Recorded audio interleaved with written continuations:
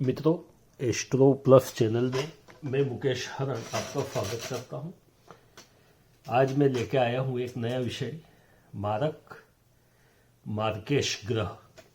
जन्म कुंडली में कौन कौन से ग्रह मारक कहलाते हैं या मार्केश कहलाते हैं, ये आज का हमारा विषय है। तो इसमें कई लोगों को बहुत सारे कंफ्यूजन है।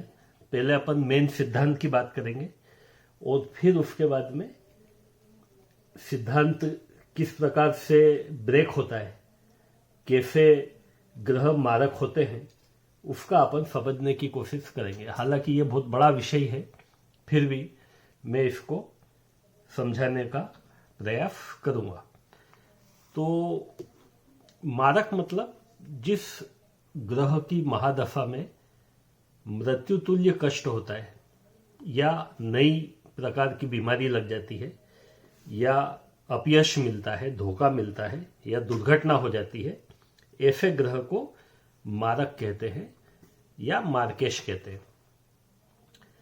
तो सबसे पहले हम ये देखेंगे कि ये हमारी जन्म कुंडली है जिसमें इस पहले भाव को लग्न कहते हैं और ये यहाँ से 8वें भाव को हम अष्टम भाव कहते हैं। 1 2 3 4 5 6 7 8, इसको मृत्यु का भाव भी कहते हैं और इसको आयु का भाव भी कहते हैं। तो 8वें भाव से 8वां यानी कि 7 और 8, ये तीसरा भाव जो है यह भी आयु का या मृत्यु का भाव माना गया है। तीसरा भाव मतलब लग्न से 8वां भाव जो है वो आयु और मृत्यु का होता है और 8वें से 8वां यानी तीसरा भाव भी आयु या मृत्यु का भाव होता है। 8वें भाव से 12वां भाव यानी कि 7वां भाव ये मृत्यु के कारण का होता है और तीसरे भाव से 12वां भाव यानी कि दूसरा भाव, ये जो दूसरा भाव है ये भी मृत्यु के कारण का होता है और ये 7वां भाव ये भी मृत्यु के कारण का होता है। मतलब ये 7वें भाव से क्या पता चलता है, मृत्यु का कारण, और दूसरे भाव से भी क्या पता चलता है, मृत्यु का कारण। तो मारक ग्रह सामान्य सिद्धांत क्या है कि 7वें भाव का स्वामी और दूसरे भाव का स्वामी मतलब सप्तमेश और द्वितीयेश, ये मारक कहलाते हैं। सप्तमेश और द्वितीयेश मारक कहलाते हैं। अब यहाँ पे दूसरी थ्योरी सुनिए आप। ये तो जैसे सप्तमेश और द्वितीयेश ये मेन सिद्धांत हो गया कि ये मारक कहलाएंगे। जो द्वितीयेश होता है वो अपनी दूसरी राशि का फल देता है। एक और सिद्धांत क्या है कि द्वितीयेश और द्वादशेश हमेशा अपनी दूसरी राशि का फल देते हैं। राहु केतु को छोड़कर हमने 7 ग्रह माने हैं जिसमें सूर्य और चंद्रमा ऐसे हैं जिनकी एक ही राशि होती है। बाकी के जो 5 ग्रह है, बुध, शुक्र, मंगल, गुरु और शनि, ये पांचों ग्रहों की 2-2 राशियां होती है। तो दूसरे भाव में और 12वें भाव में, तो फिलहाल अपन 12वें भाव को छोड़ो, अपन दूसरे भाव की बात कर रहे हैं। देखिए यहाँ पे द्वितीयेश है मार्केश और दूसरे भाव का स्वामी किसका फल देता है, 5 ग्रह ऐसे हैं जो अपनी दूसरी राशि का फल देंगे। जैसे यहाँ पे मान लो मेष लग्न है तो यहाँ पे आपकी वृषभ राशि हो जाएगी और इसकी दूसरी राशि 7वें भाव में होगी। तो 7वां भाव और दूसरा भाव मतलब मेष लग्न के लिए शुक्र मारक कहला रहा है और आगे अपन देखेंगे कि शुक्र मारक नहीं भी है। तो खैर मेष लग्न के लिए यहाँ पे शुक्र मारक हो रहा, सप्तमेश भी है और द्वितीयेश भी है। तो दूसरा सिद्धांत यह है कि द्वितीयेश अपनी दूसरी राशि का फल देता है। तो ज्योतिष में सारे सिद्धांत मिल करके फल देते, कोई एक सिद्धांत अपने को पूरा फल दे देता है ऐसा नहीं है। तो सारे सिद्धांत मिलाने के बाद में अपने को पता चलता है कि अब मेष लग्न में जैसे सप्तमेश शुक्र हो गया और द्वितीयेश भी शुक्र हो गया, तो एक ही ग्रह 2 मारक नहीं हो सकता। मतलब जैसे मारक होता है सप्तमेश और द्वितीयेश, मतलब 2 ग्रह मारक हो गए, लेकिन यहाँ एक ही ग्रह 7वें भाव का स्वामी है और दूसरे भाव का स्वामी है। तो इसको एक और ग्रह का क्या चाहिए, सपोर्ट चाहिए। शुक्र अपने आप में शुक्र की महादशा कभी भी मार्केश का काम नहीं करती। अब दो ग्रह ऐसे हैं चंद्र और सूर्य जिनकी दूसरी राशि नहीं होती। तो यदि यहाँ पे 4 नंबर है यानी कि मिथुन लग्न की कुंडली है तो चंद्रमा मारक हो गया। लेकिन चंद्र और सूर्य को, चंद्र चूंकि हमारी कुंडली में मन है और जो सूर्य है वो हमारी कुंडली में आत्मा है, तो चंद्र और कुंडली को मार्केश का दोष नहीं लगता। एक और सिद्धांत क्या है कि चंद्र और सूर्य को मार्केश का दोष नहीं लगता है। इसलिए चंद्र और सूर्य यदि द्वितीय भाव में हो या 7वें भाव में हो तो वो मार्केश नहीं रहते।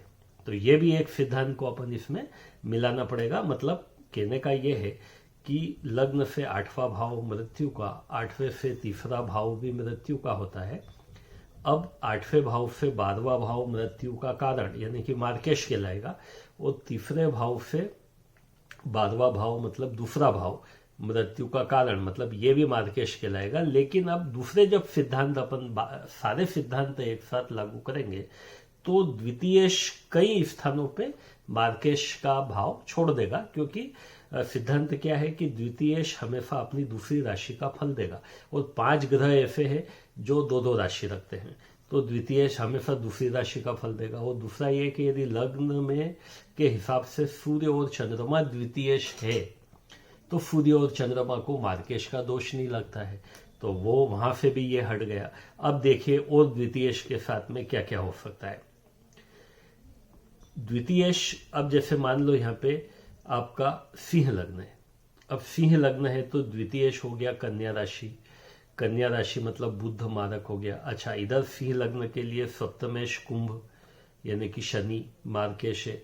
अब शनि और यहाँ पे सिंह लग्न के लिए बुध मार्केश हो गया। लेकिन बुध आपकी दूसरी राशि कहाँ पे है, तो 5, 6, 7, 8, 9, 10, 11, 12, 1, 2, 3 लाभेश है।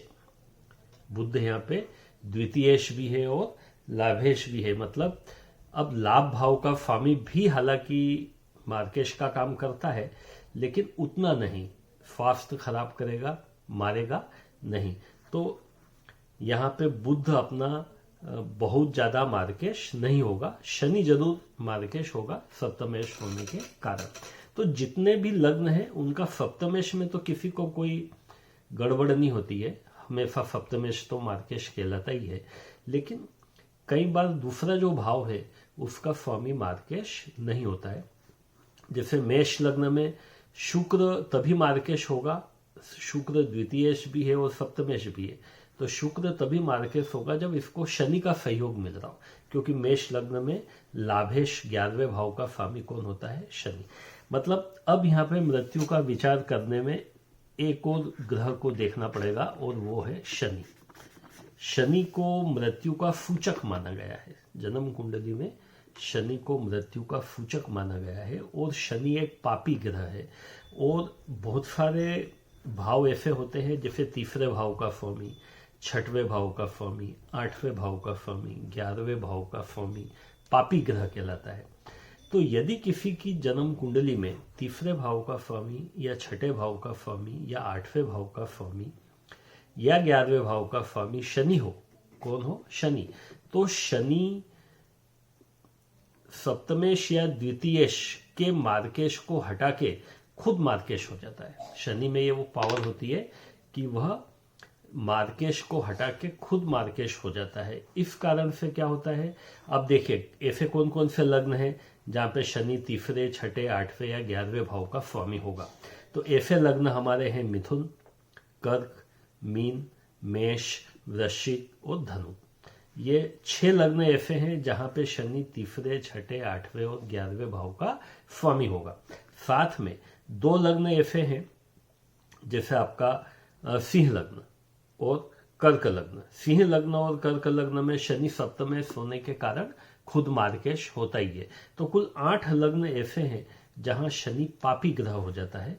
जैसे तीसरा मतलब मिथुन लग्न, कर्क लग्न, मीन लग्न, मेष लग्न, वृश्चिक लग्न, धनु लग्न, सिंह लग्न और कन्या लग्न। कुल 8 लग्न ऐसे होते हैं जहां शनि मारक हो जाता है। मतलब वो जो सिद्धांत है कि भाई सप्तमेश और द्वितीयेश मार्केश होंगे, वो यहाँ पे गड़बड़ा जाता है। इसकी जगह 8 लग्न ऐसे हो जाते हैं जहाँ एक ग्रह शनि जो ऐसा है जो पापी होने के कारण मार्केश हो जाता है। मतलब मेष लग्न में शुक्र तभी मार्केश होगा जब उसको शनि का साथ हो। वृषभ लग्न में गुरु मार्केश होता है, वृषभ लग्न में गुरु मार्केश होता है। मिथुन लग्न में मंगल और गुरु मार्केश होते हैं। कर्क लग्न में शुक्र मार्केश होता है। सिंह लग्न में शनि और बुध मार्केश होते हैं। कन्या लग्न में मंगल मार्केश होता है। तुला लग्न में मंगल, गुरु और सूर्य तीनों मार्केश होंगे। वृश्चिक लग्न में बुध मार्केश होगा। धनु लग्न में शनि और शुक्र मार्केश होगा। मकर लग्न में मंगल मार्केश होता है। कुंभ लग्न में गुरु और मंगल मार्केश होंगे और मीन लग्न में मंगल और शनि मार्केश होते हैं। मतलब एक मार्केश तो ये है और बाकी के 8 लग्न ऐसे हैं जिसमें शनि मार्केश हो जाता है। और यदि शनि का संबंध मार्केश के साथ बन रहा हो, जो हमारी मेन थ्योरी है सप्तमेश और द्वितीयेश के साथ में शनि होगा, तो शनि गारंटेड मार्केश हो जाता है। मतलब किस वक्त फिर शनि मारक का काम करेगा? जब शनि की महादफा चल रही हो, या शनि की अंतर्दफा चल रही हो, या शनि की गोचर में शनि चौथे भाव में हो, 8वें भाव में हो, या 12वें भाव में हो, या शनि लग्न में हो, या दूसरे भाव में हो। मतलब शनि का ढैया चल रहा हो या शनि 7.5 चल रही हो। मार्केश की दशा का विचार करने के पहले हमको सभी जन्म कुंडली में आयु का निर्धारण करना होता है। 3 प्रकार से हम निर्धारण करते हैं, अल्पायु, मध्यायु और दीर्घायु। 3 प्रकार की आयु मानी जाती है सिद्धांत के अनुसार, अल्पायु, मध्यायु और दीर्घायु। और एक आयु के लिए माना गया है बाल अरिष्ट। अपन बाल अरिष्ट की बात बाद में करते हैं, पहले अपन अल्पायु की बात करें। 13 साल से 32 साल की आयु यदि हो तो अल्पायु माना जाता है। 33 साल से 64 साल की आयु हो तो मध्यायु माना जाता है। 65 साल से 100 साल तक की आयु हो तो उसको हम दीर्घायु मानते हैं। आजकल स्वास्थ्य की सुविधाएं बहुत अच्छी हो गई है, तो अपन इसको थोड़ा सा सुधार कर सकते कि यदि 20 से 50 वर्ष तक की आयु हो तो आप उसको अल्पायु माने। 50 से 65 तक की आयु हो तो उसको आप मध्यायु माने, या 70 तक की आयु को। और 70 से 100 तक की आयु हो तो आप इसको दीर्घायु माने, क्योंकि हमारी स्वास्थ्य सुविधाएं बढ़ गई है। इसलिए हम अल्पायु मान रहे 20 से 50, मध्यायु मान रहे 50 से 70 और दीर्घायु मान रहे 70 से 100 तक। और जो 20 साल की आयु से कम आयु होती है उसको हम बाल अरिष्ट मानेंगे, 0 से 20। पुराने उसमें 0 से 13 मानते थे। हम नए सिद्धांतों में, क्योंकि समय के अनुसार ज्योतिष में सिद्धांत बदलते हैं, तो हम बाल अरिष्ट मानते हैं 0 से 20। तो बाल अरिष्ट के योग जन्म पत्री में अलग से होते हैं। हम इनकी बात करें कि अल्पायु, मध्यायु, दीर्घायु। यदि जन्म कुंडली में अल्पायु योग है, मतलब 20 से 50 साल की उम्र के बीच में मृत्यु का योग है, और यदि उसको मारक ग्रह की दफा अंतर दफा मिल जाए तो फिर उसकी मृत्यु हो सकती है। यदि किसी की जन्म कुंडली में मध्यायु योग है, मतलब 50 से 70 साल की आयु के योग है, और यदि उसको मारक ग्रहों की दफा मान लो 50 साल की उम्र के पहले मिल गई, तब उसको क्या होगा कि मृत्यु नहीं होगी, केवल नई बीमारी लग सकती है, कोई दुर्घटना हो सकती है, किसी के द्वारा उसको धोखा मिल सकता है, बड़े वॉल्यूम में धोखा उसको मिल सकता है, या बड़े वॉल्यूम में व्यापार में हानि हो सकती है, अंग भंग भी हो सकता है, भले मृत्यु नहीं हो। इसी प्रकार से दीर्घायु योग 70 से 100 का हम मान रहे, मतलब व्यक्ति यदि 70 साल की उम्र जी ले और उसके बाद उसकी मृत्यु होती है तो दीर्घायु। अब मान लो पत्रिका में दीर्घायु योग है और उसको मारक मार्केश की दफा मान लो 75 साल की आयु में मिल रही या 80 साल की आयु में मिल रही है, तो निश्चित रूप से उसकी मृत्यु उस वक्त होगी। यदि मान लो व्यक्ति की जन्म कुंडली में दीर्घायु योग है, दीर्घायु योग कौन सा होता है? दीर्घायु योग को अपन समझे, यदि लग्नेश बलवान हो, यदि अष्टमेश बलवान हो तो व्यक्ति में दीर्घायु योग होता है। मतलब लग्नेश यदि बलवान हो, अष्टमेश भी यदि बलवान हो तो व्यक्ति में दीर्घायु योग होगा। जैसे अपन एक तुला लग्न का उदाहरण ले लेते हैं। यहाँ 7 नंबर है, यहाँ 1 और यहाँ पर 2। अब देखिए यहाँ पे लग्न का स्वामी शुक्र है और अष्टम का स्वामी भी शुक्र है। मान लो शुक्र यहाँ पर लग्न में है, या शुक्र मान लो यहाँ पर लग्न में 8वें भाव में है, खुद की राशि का है और पावरफुल होके है। पावरफुल होना जरूरी है। तो मान लो तुला लग्न में शुक्र लग्न में है तो इसकी आयु 70 साल से कम नहीं हो सकती। या फिर अष्टम भाव में शुक्र है तो समझ लो कि इसकी आयु 70 साल से कम नहीं हो सकती। मान लो हम एक और एग्जाम्पल लें कि मान लो सिंह लग्न की कुंडली है, यहाँ पे 11 नंबर होगा, यहाँ पे 12 नंबर होगा। मान लो यहाँ पे गुरु है। अब बृहस्पति का गुरु मतलब अष्टम में है, अष्टमेश यदि अष्टम में है पावरफुल होकर के, तो ये दीर्घायु योग बनेगा। इसी प्रकार से लग्नेश यदि लग्न में है, या लग्नेश को लग्नेश देख रहा हो, जैसे यहाँ पे मान लो 1 नंबर है और मंगल यहाँ पे है मान लो, तो मंगल की पूर्ण दृष्टि इस पे पड़ेगी लग्न के ऊपर, तो व्यक्ति का लग्नेश पावरफुल हो जाएगा। और पावरफुल होगा तो व्यक्ति को दीर्घायु योग बनेगा। मतलब लग्न यदि बलवान है कोई भी तरीके से, या अष्टम भाव बलवान है तो व्यक्ति में दीर्घायु योग होता है। यदि लग्न बलवान है, अष्टम भाव कमजोर है, या अष्टम भाव बलवान है लग्न कमजोर है, तो व्यक्ति में मध्यायु योग बनता है। यदि लग्न भी कमजोर है और 8वां भाव भी कमजोर है, लग्नेश और अष्टमेश दोनों कमजोर है और दोनों शनि के साथ युति कर रहे हैं, जोड़ी बना रहे हैं, या राहु के साथ जोड़ी बना रहे हैं, तो फिर अल्पायु योग होता है। तो ये अपन ने मोटे मोटे रूप से अल्पायु, मध्यायु, दीर्घायु योग को देखा। बाकी बहुत डिटेल में अपन जाएंगे तो बहुत सारे इसके सिद्धांत हैं। तो प्रैक्टिकली ये देखा गया है कि 8वें भाव का स्वामी, 7वें भाव का स्वामी, दूसरे भाव का स्वामी, तीसरे भाव का स्वामी, 12वें भाव का स्वामी और 11वें भाव का स्वामी, ये सारे स्वामी आयु निर्धारण में मदद करते हैं। और इनकी दफा अंतर दफा में व्यक्ति को नई बीमारी लगती है, या व्यक्ति को व्यापार में हानि होती है, व्यक्ति को अपयश मिलता है, जैसे लाभेश के समय अपयश प्राप्त हो सकता है, व्यक्ति को धोखा मिलता है, व्यक्ति को दुर्घटना हो सकती है, या व्यक्ति की मृत्यु आती है, या व्यक्ति को मृत्यु तुल्य कष्ट होता है। लाभेश के दफा अंतर दफा में व्यक्ति को लाभ तो होता ही है लेकिन स्वास्थ्य की हानि करता है।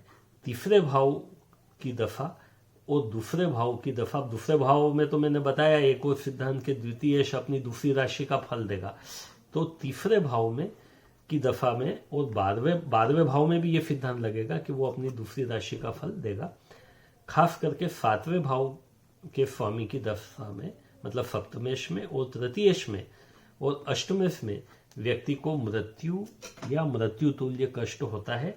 लेकिन मृत्यु तभी होगी जब उसकी कुंडली में उस आयु में, जिस आयु में वो दफा आ रही है, उस आयु की कुंडली होने का योग हो। मतलब या तो अल्पायु हो, या मध्यायु हो, या दीर्घायु हो, या फिर बाल अरिष्ट हो, तो तब मृत्यु का योग बनता है। एक और बात मैं साफ कर देना चाहता हूं कि जनरली ज्योतिष शास्त्रों में लिखा गया है कि किसी भी व्यक्ति के मृत्यु के बारे में विचार नहीं करना चाहिए।